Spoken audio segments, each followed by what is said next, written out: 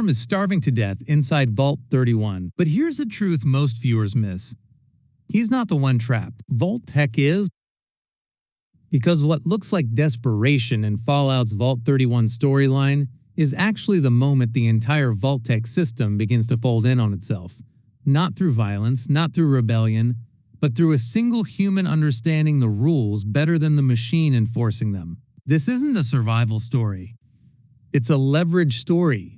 And once you see it clearly, you realize Norm doesn't beat Bud Askins by overpowering him. He beats him by forcing Vault-Tec to confront a reality it was never designed to survive. Before we break that down, let's briefly recap what this storyline is actually doing. Across Vaults 33, 32, and 31, Fallout quietly shows us 3 stages of systemic collapse. Vault 33 is emotionally cracking. Vault 32 is administratively hollow. And Vault 31 is ideologically frozen, literally and figuratively. Norm's arc sits at the center of all 3, even when he's physically absent from 2 of them. And the choice he makes inside Vault 31 isn't just about staying alive. It's about exposing the lie that Vault-Tec's future was ever meant to include everyone. Now let's unpack why. We start in Vault 33, where leadership appears calm but is already failing. Betty is seen discussing dwindling water supplies with an engineer, which is an important detail because it establishes scarcity as a present danger. What you guys working on? The water chip? Not a hypothetical future. But that moment is immediately undercut by Reg, who barges in, not to ask about water, not to discuss contingency planning, but to complain about Norm.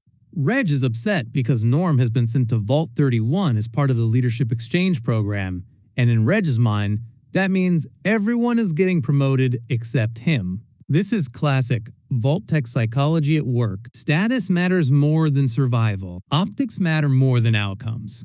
Betty understands this perfectly. She knows Reg isn't competent enough to handle delicate systems or real authority, so instead of empowering him, she redirects him. She suggests he form an emotional support group for residents still processing the Raider attack and the population shift between Vaults 33 and 32. On the surface, it looks compassionate. In reality, it's containment, and Fallout makes sure we see how fragile that containment is.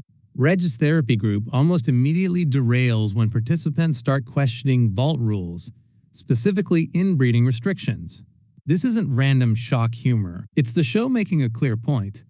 The moment people are allowed to speak freely, the foundational logic of the Vault starts to unravel. Vault-Tec systems rely on silence and routine, not emotional processing. Healing is destabilizing. Meanwhile, Vault 32 presents a different kind of decay.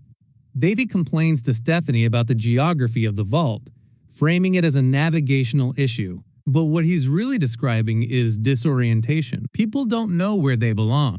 Vault 32 isn't a home. It's overflow storage for humans.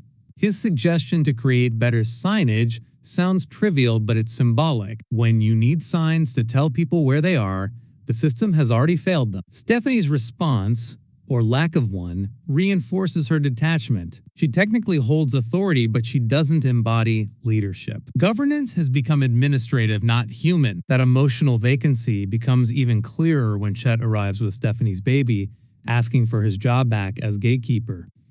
He's not her husband. He's not the child's father. He's a displaced worker trying to reclaim identity. Stephanie doesn't engage with any of that.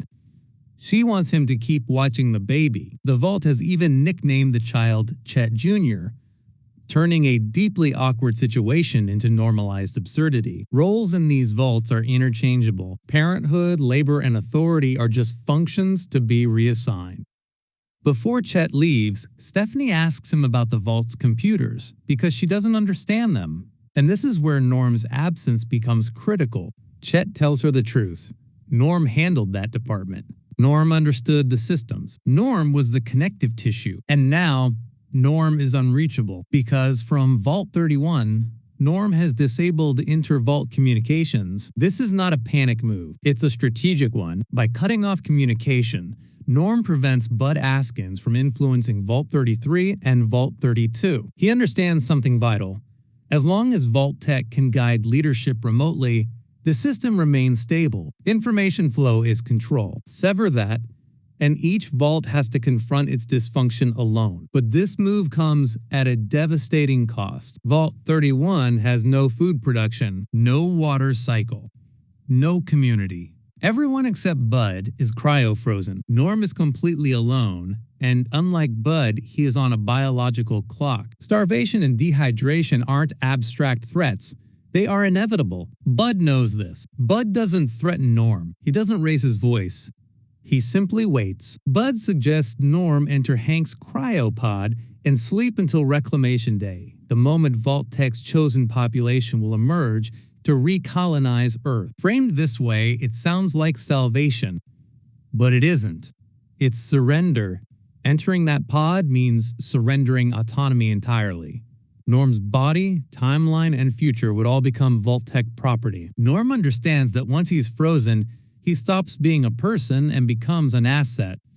So he refuses. Bud responds the only way a directive-bound system can, by narrowing the options. Norm will either die or he will comply.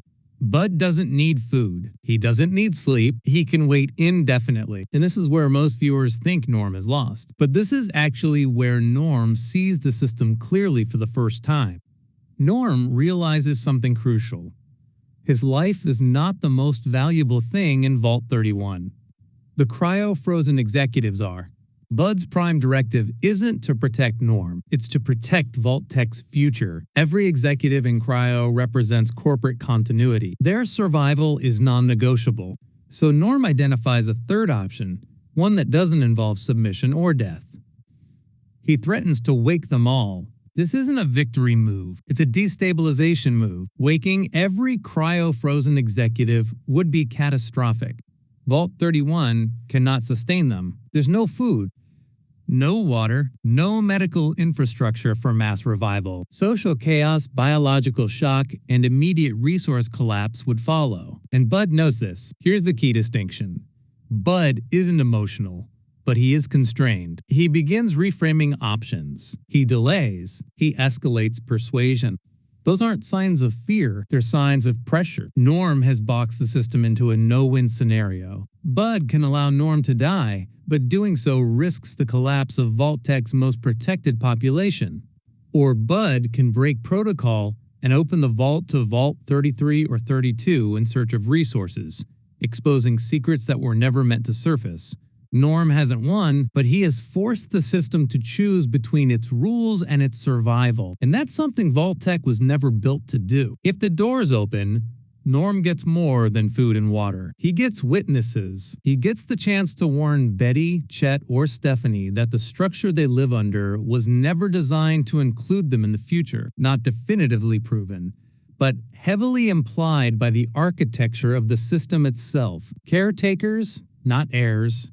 Whether Norm's gamble succeeds is still unresolved, and that uncertainty is the point. Fallout isn't asking whether Norm survives. It's asking whether a system built on control can survive contact with human unpredictability. Norm doesn't defeat Bud by overpowering technology. He defeats Vault-Tech's illusion of inevitability by introducing risk, something no frozen executive, no AI directive, and no sealed vault can ever fully account for. Norm may be starving, but for the first time, Vault-Tec is the one running out of options.